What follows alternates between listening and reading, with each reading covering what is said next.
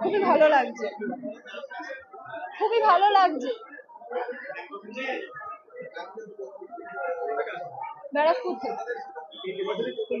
না, আগের বছর নেমেছিলাম, আগের বছর সেকেন্ড হয়েছিলাম, এবছর ফার্স্ট হয়েছি।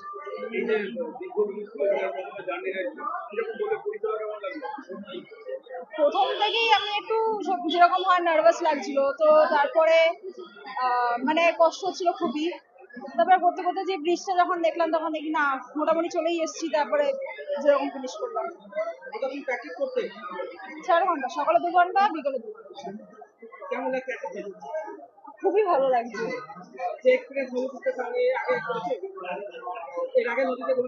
হ্যাঁ হ্যাঁ, আগের বছর তো নেমেছিলাম 19-এ, সেকেন্ড হয়েছে।